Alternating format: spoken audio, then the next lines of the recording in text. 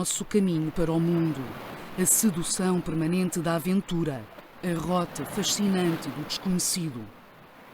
Houve um plano, um querer consciente e positivo, e todas as forças da nação se coordenaram para um grande fim e construímos uma mentalidade nova para um mundo novo.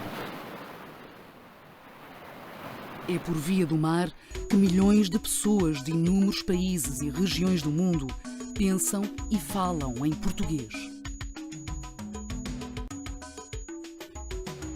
Dar e receber são gestos de um povo que, desde sempre, aprendeu a retalhar-se pelo mundo numa busca constante de dias melhores e de aventura, pela esperança do desconhecido nos Brasis, nas Áfricas, nas Índias, mais longe ainda, nos confins da Ásia, arrojados bárbaros do Sul que ousaram entrar em impérios de outro mundo.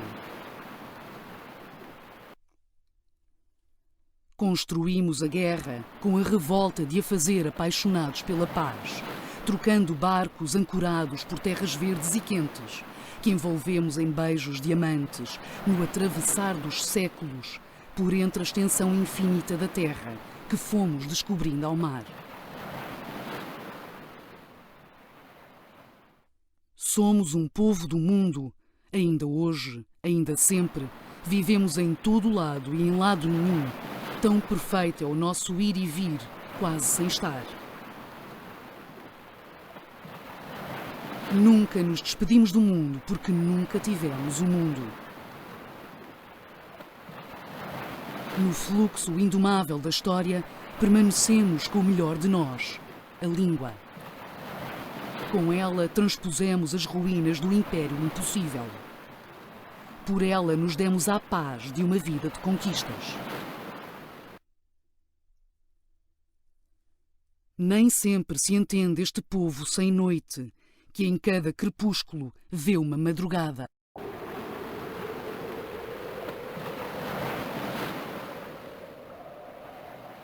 Boa noite, sejam bem-vindos uma vez mais ao Marca Portugal. Desta feita convidei Miguel Barreiros, administrador da Uido Pharma. Miguel, boa noite, obrigado por teres aceito o convite para falarmos sobre Marca Portugal. Além das conversas que nós já temos tido várias vezes sobre a atualidade nacional, mas também na perspectiva do nosso país a todos os níveis, político, empresarial, económico, social, etc. Aqui quero perceber quais são os teus pensamentos, sim, sobre Marca Portugal enquanto marca país, qual será a sua reputação, não só ao nível interno, mas também ao nível externo. Antes de mais, achas que a cultura portuguesa pode ser considerada património da humanidade? Bom, antes de mais, boa noite, João, boa noite a quem estiver a ver e a ouvir, agradecer o convite, é com muito gosto que aqui estou. Respondendo já à tua questão, eu acho que de facto Portugal ou a cultura portuguesa, património da humanidade, sempre assim o foi. Desde há 500 anos ou mais. Todavia, a capacidade de elevarmos e mantermos esta nossa humanidade pelo mundo, ou esta nossa cultura pelo mundo, não tem sido a melhor na minha perspectiva. Portanto, eu acho que isto é um trabalho contínuo. Já fomos, eu creio que no teaser de abertura destas conferências sobre a Marca Portugal que a matriz portuguesa tem feito, ilustra bem aquilo que foi o espírito de Portugal desde cedo, na conquista e na aventura de outros países, o mar sempre ligado nessa exploração. Portanto, só por esse facto, a cultura portuguesa que está disseminada pelo mundo fora deveria ser considerado naturalmente património da humanidade. Se nós estamos a saber cuidar dela, seria outra questão, que eu creio que não. Nessa património, nessa presença no globo, relativamente à nossa língua, à língua portuguesa, percebes que mesmo no teu dia-a-dia profissional, deves lidar não só a nível nacional, mas também internacional, porque é isso que te obriga a tua empresa. A língua portuguesa é um meio já de comunicação também empresarial, ou ainda se circunscreve a uma esfera meramente lusófona? Eu vou optar pela tua segunda opção. Na lusofonia, digamos, portanto, os países do PALOP, continuamos a falar o português, noutro tipo de geografias e de cariz empresarial, naturalmente que o português não é.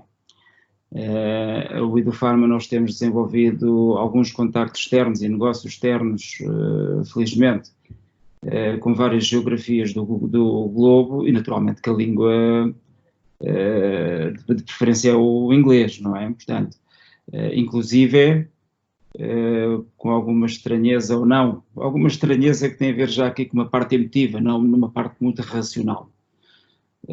Com Macau, já se fala mais outras línguas que necessariamente o português, não é? Sempre se falou, mas, portanto, eu creio que a língua portuguesa está, de alguma forma, a perder a sua projeção no globo. Nós tivemos a ocasião, João, não neste âmbito, mas noutro âmbito relacionado naturalmente com a língua portuguesa e a lusofonia, de debater que, curiosamente, alguns países dos PALOP, em que o português era a língua oficial, já começa quase a deixar de ser e a dar espaço para outras línguas que já existiam antes de existir o português como língua oficial, não é? Portanto, os dialetos, etc. Portanto, isto é um fenómeno que não sei bem como adjetivá-lo, mas voltando à minha esfera empresarial, a minha resposta é não. Continuamos muito a utilizar o inglês. O inglês, sim, é a língua de preferência nos negócios, com exceção de um ou outro país dos PALOP. Estou-me a lembrar de Cabo Verde, Angolas, Moçambiques. Portanto, continuamos a falar o português. E ainda assim, já com a utilização de muitos termos em inglês.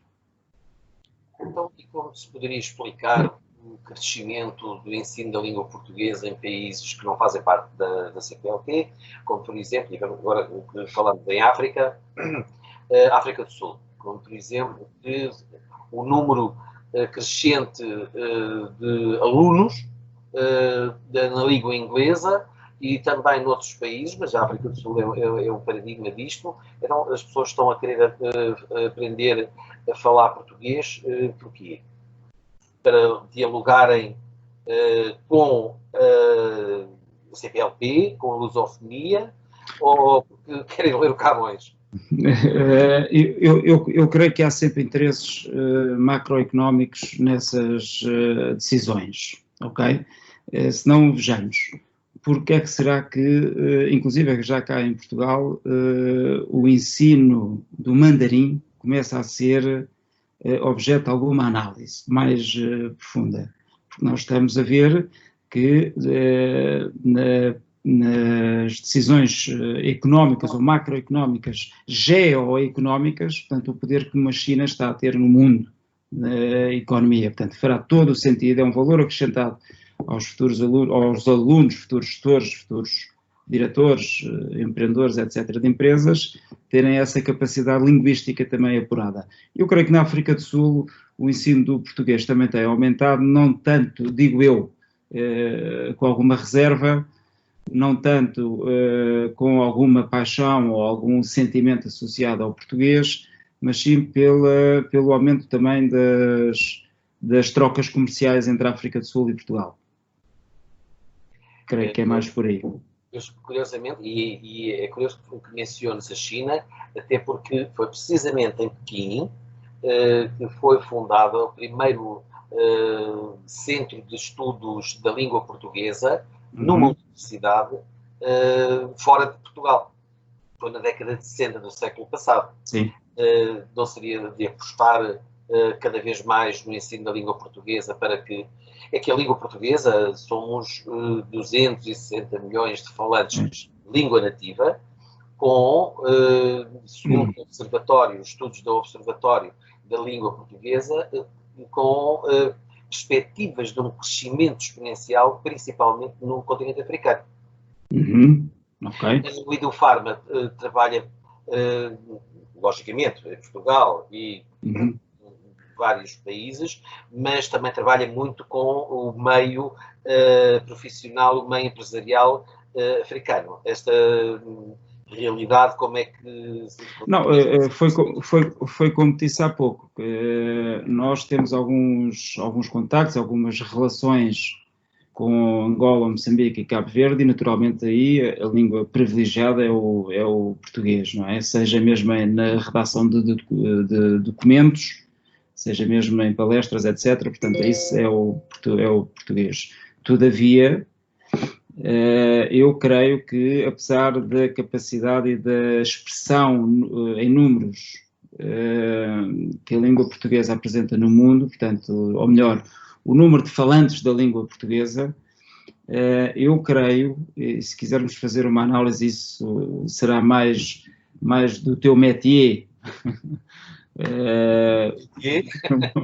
Saímos um pouco da língua portuguesa. Esta foi mesmo uma piada agora. Eu creio que a projeção da língua nas dimensões que hoje preocupam o mundo, como por exemplo a economia, a saúde, o âmbito social, as perspectivas de futuro, etc., está de alguma forma a perder a importância que já teve outrora. Por muito povo que exista, muito número de falantes pelo mundo, há sempre... Aliás, repara, um exemplo. Os nossos governantes, sejam eles quais forem, quando estão em Espanha, não falam português. Sentem a necessidade, mas isto é muito típico nosso, têm a necessidade de falar uma espécie de portunhol. Se forem para a França, falam francês, faz sentido. Mas eu acho que as sucessivas ações sobre a nossa língua por parte de quem a representa lá fora, que portanto, que são os nossos governantes, sejam eles quais forem. Portanto, se não for cativado por eles, se não for projetada por eles, por muito trabalho que haja por associações como a Matriz Portuguesa, outras congêneres, acho que corremos aqui algum risco da nossa língua cair um pouco para segundo plano. Aliás, concordo com essa tua visão e também é uma crítica que merece reflexão à representatividade oficial e institucional. Sim. Diplomática até. Diplomática que deve ser observada, uma vez que há essa esfera lusófona no mundo, que todos nós conhecemos e sabemos que ela existe, não só nos países de língua portuguesa, nos países de língua oficial portuguesa, mas muito importante é naqueles outros países onde existem importantes comunidades portuguesas. E essas, então, são verdadeiramente... Certo. Também são uma franja extraordinariamente importante. Esse quase provincianismo que pretender demonstrar um poliglotismo não fica bem, porque não é uma língua, o português é uma língua global, de facto, é até também um pouco, digamos, desmentida, ou pelo menos posta a ridículo, quando, por exemplo, no corpo diplomático em Portugal, mas já deves ter percebido isto, há cada vez mais embaixadores que falam português. Sim. Obviamente. E fazem questão de o fazer. E fazem questão de aprender e fazer. Por simples razão de que consideram essa língua importante como um meio de comunicação numa esfera global. Porque não acredito que os embaixadores queiram ler o Camões, não ler Floribela Espanca. Deve ser, mas é para utilizar como uma língua internacional de negócios. Agora, verdadeiramente, na área... João, deixa-me só fazer um parênteses. Faz sentido, no meio diplomático, ou no meio, portanto, os embaixadores cá estão a aprender a falar português, faz todo o sentido. E faz sentido por uma única razão, na minha análise, que é, no fundo, eles estão num país estrangeiro a representar os interesses dos países de origem. E, naturalmente, para as relações comerciais, as potenciais relações comerciais e diplomáticas acontecerem, claro, temos que aprender a falar o português. Portanto, isto é válido para nós como é válido para qualquer país, não é? Agora, eu acho é que a projeção, eu não sei se estou a passar bem esta mensagem, mas a projeção de quem representa ao mais alto nível a língua de Camões é que tem que ter uma análise profunda. Eu sei que nós, portugueses, temos este complexo de inferioridade em relação a muitos outros países e daí acharmos que mostrar que sabemos falar inglês, alemão, espanhol, francês, etc., que somos iguais ou melhores que os outros. Eu percebo isso. Todavia, não podemos descurar, no meu entendimento, posso estar errado, no meu entendimento, a qualidade e a beleza que tem a nossa língua portuguesa e a representatividade que esta tem, como tu disseste bem, não é? Portanto, mas isto tem que ser, vou utilizar outro termo não português, uma estratégia top-down, portanto, tem que ser quem está, os representantes máximos do país têm que tratar essa língua de igual forma, facilmente, não sei se me faço entender. Para exemplificar, em vez do exemplo do top-down, o exemplo vem de cima, verdadeiramente. E, sim, o mais alto representante de um país, quando numa viagem oficial ou de Estado, seja ele o Presidente da República ou o Primeiro-Ministro, que se dirige, e já foi o caso, que já foi o caso, várias vezes, mas agora mais grave ainda e mais paradigmático disto que estamos a falar, é quando houve um Presidente da República, que não foi o Marcelo Rebelo de Sousa, foi Aníbal Cavaco Silva, que no próprio Dia da Língua Portuguesa, que ainda não era Dia Mundial, mas sim Dia Internacional da Língua Portuguesa, o Presidente de então, Aníbal Cavaco Silva, se dirigiu à comunidade empresarial lusófona nos Estados Unidos em inglês. Acho que é verdadeiramente uma mensagem inequívoca de que o português, a língua portuguesa não é importante. E também é uma mensagem inequívoca para a própria comunidade que não vale a pena se preocuparem com as vossas raízes. Sim. Nada disto interessa, o que significa que todo o trabalho da mais importante entidade nacional, como é o caso do Camões, Instituto para a Cooperação e para a Língua, é um trabalho baldado quando os representantes máximos do país negam e recusam e maltratam essa representatividade. Além da língua, há outra que é recorrente verdadeiramente em todas as conversas que se mantêm aqui neste programa com todos os nossos convidados, que são sempre identificados como os nossos maiores motores da marca Portugal, da língua, são, obviamente, os portugueses. Na tua área, numa área científica e na área da farmacêutica, há algum pioneirismo? Identifica-se algum pioneirismo, alguma criatividade nos portugueses? Tens de ser um pouco mais específico, porque a área farmacêutica, João, é um mundo. Portanto, nós temos, de facto, nesta área, na área da investigação, na área da investigação médica, investigação num todo, português a darem cartas, ok? Portanto, nós somos bons, não temos meios para desenvolver estas aptidões. Portanto, nós temos escassos recursos, temos agora ia utilizar outro termo não português, temos uma mentalidade pouco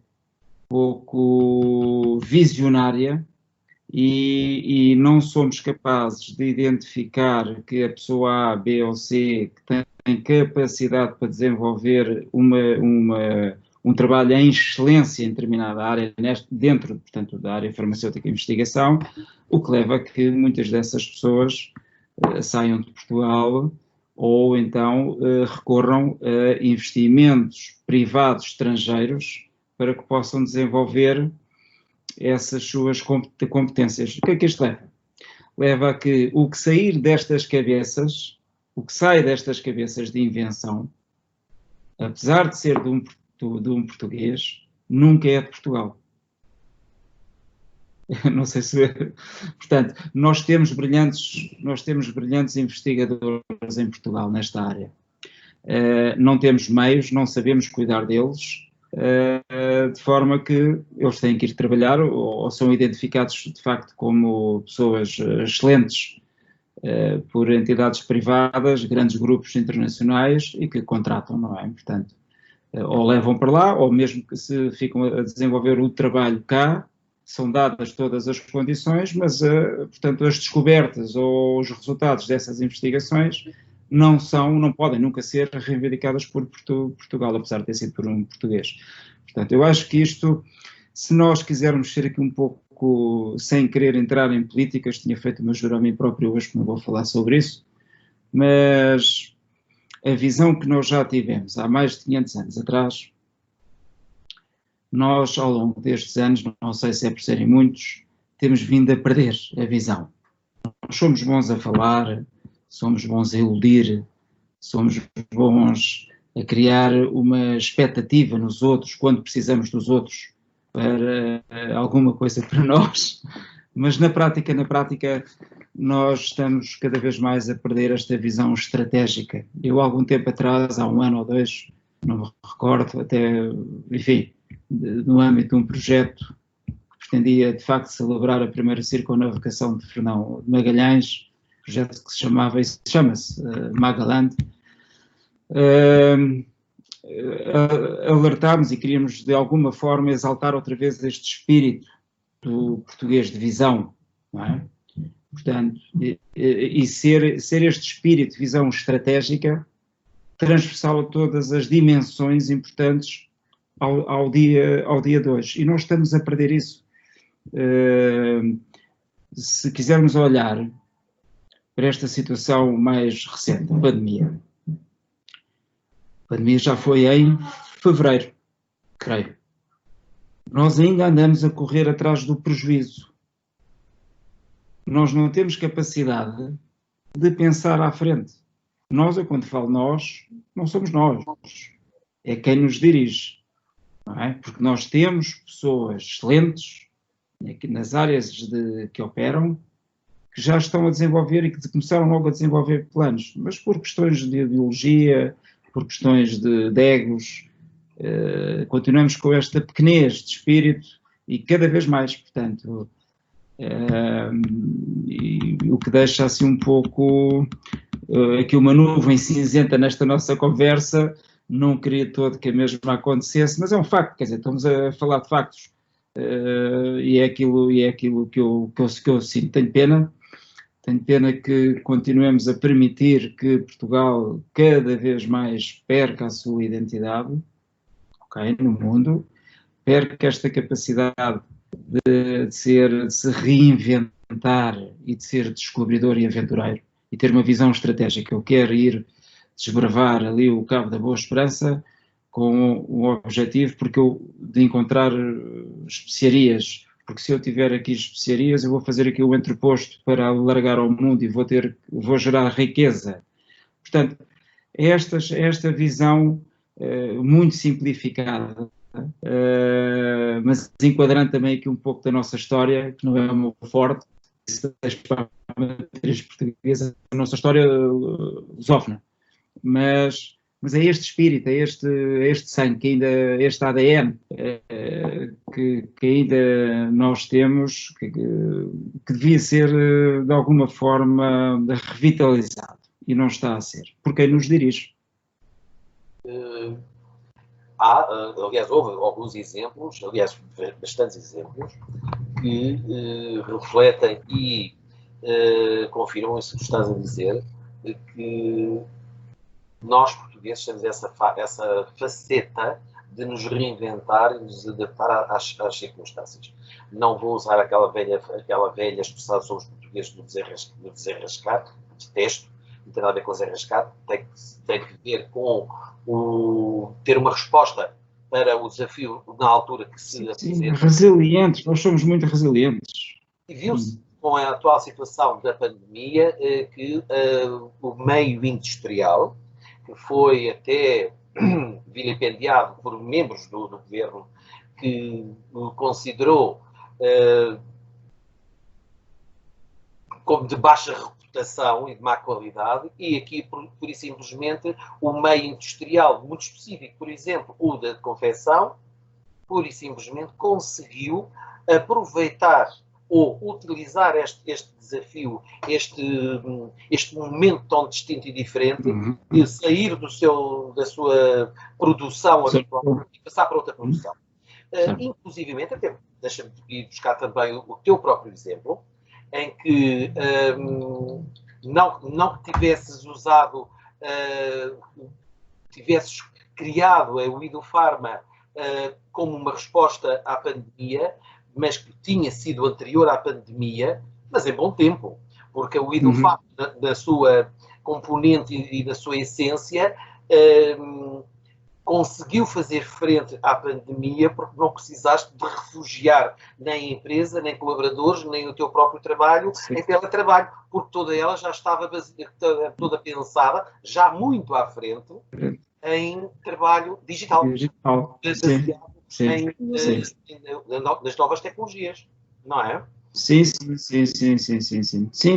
O Idofarma em 2012, quando foi pensada, e depois operacionalizada em 2015, foi a pensar exatamente na digitalização de todo o processo comercial entre a indústria farmacêutica produtora e o cliente final, a farmácia. Portanto, naturalmente vivendo em Portugal, portanto o mindset, lá estou outra vez com estes termos, a mentalidade que é um pouco conservadora, demorou algum tempo a aceitação do conceito. E ainda demora, agora já não tanto. Portanto, ainda encontra aquilo que tu disseste, portanto, aconteceu esta pandemia, as pessoas viram-se obrigadas a estar confinadas, a tentar fazer a sua vida normal por via digital, onde o Idofarma já estava a operar 100% do seu negócio nessa via. Portanto, isto vai de alguma forma também dar algum conforto, algum sossego aos nossos pensamentos, porque achámos que na altura eventualmente estaríamos a pensar demasiado à frente e que poderia ser um insucesso exatamente por causa disso. Mas de facto não, as pessoas reinventaram-se, as pessoas começaram a utilizar mais a internet, porque não havia outras opções, inclusive a pessoas já com uma certa idade, quer dizer, a senhora minha mãe, enfim, que para fazer uma chamada telefónica ou enviar um SMS era uma coisa complicada, hoje em dia é todos os dias, não é? Relativamente às marcas e empresas portuguesas, e podemos nos manter no teu ramo, não só em convivência com esta situação atual, e não só da pandemia, mas também a situação atual relativamente a este surto, que é outro tipo de surto, é um surto mental dos racismos e das lutas do antirracismo, que atiram para todo o lado, a resposta do meio empresarial, como não querem perder públicos, não querem perder clientes, às vezes até que adotam atitudes até um bocadinho ridículas, como foi aquela, que eu agora não vou mencionar aqui o nome, que é uma de dermocosmética, que se removeu da comunicação palavras palavras e adjetivos como branqueamento, branco, etc, etc, etc, ou clarear e por aí fora. Achas, na tua perspectiva, de quem opera na área do marketing, da venda, das marcas, nesta área, é uma boa atitude? Esta resposta imediata e quase impensada? João, João, desculpa. Eu acho que nós estamos a viver numa época em que, e vou utilizar aqui outro termo, nós estamos a viver numa época dos soundbites, não é? Portanto, o que é isto? Ao dia de hoje, o importante é deitar abaixo as estátuas. E isso dá, lá vou utilizar o termo do marketing, share of voice. Portanto, dá audiências, dá títulos de jornal, portanto, dá consumo, não é? Portanto, e há marcas que depois vão por aí, de uma forma errada ou certa. Isso não vou dizer, isso caberá às marcas. No meu entendimento é que nós estamos a viver momento, mas não é só de agora da pandemia, já é há uns anos, então na política é todos os dias se fazem títulos de jornal. Trabalha-se na política para se fazer o título do jornal amanhã e não para se fazer política estratégica. Portanto, isto é transversal, quer dizer, é transversal à sociedade, não só à nossa. Há marcas que vão... Repara, João, há quantos anos é que nós vemos uma marca, eu não queria falar em marcas, mas uma marca muito colorida a insistir as suas campanhas de publicidade sobre o racismo. Todas as cores. Essa mesma marca fazer publicidade, campanhas de marketing brutais, algumas de facto extraordinárias, sobre as guerras que estavam a ocorrer no Iraque, etc, etc, etc. Portanto, são marcas e gestão de marketing que acompanham a atualidade, portanto, o soundbite naquele momento para capitalizar alguma coisa para a marca. E eu acho que essa estratégia dessa marca que tu falaste deve ser isso. Portanto, há ali um nicho de mercado, que é as pessoas que acham que nós somos todos racistas e que fazemos tudo e mais enfim, somos maus, e que esse nicho de mercado é capaz de trazer ali alguma oportunidade de negócio para essas marcas. Eu acho que, e sem querer ter esta visão muito fria de tudo, que não tenho todo e tu sabes bem, mas eu acho que há sempre interesses por trás disto tudo, João. Há sempre muitos interesses e normalmente é os interesses económicos, e vamos assistir a muitos outros, mas há sempre interesses económicos no meio disto tudo, ou políticos ou económicos. Portanto, a minha opinião pessoal é que acho um disparate. Respondendo diretamente à tua questão, acho que é um disparate, quer dizer, branquear é branquear, não é? Portanto, escurecer é escurecer, eu vou escurecer um móvel, eu vou branquear um móvel, quer dizer, não faz sentido. Posso entender, mas a minha opinião não concordar. Miguel, o nosso tempo chegou ao fim, infelizmente, teríamos muito mais para falarmos sobre esta técnica. Foi um gosto imenso ter-te aqui comigo a falarmos sobre a marca Portugal. Agradeço-te uma vez mais a disponibilidade. Sei que estás agora com esta tecnologia, as agendas duplicaram duplicar o seu tamanho, Sim. porque permite uma rapidez que não estávamos habituados, e agora a tua agenda é de longe muito mais complicada do que era anteriormente. Agradeço-te mais uma vez a tua presença. Obrigado pelo convite, foi. Obrigado, João. Foi mais um Marca Portugal, desta vez com o Miguel Barreiros, administrador da UIDO Pharma. Vemo-nos para a próxima Marca Portugal. Até lá, uma boa noite.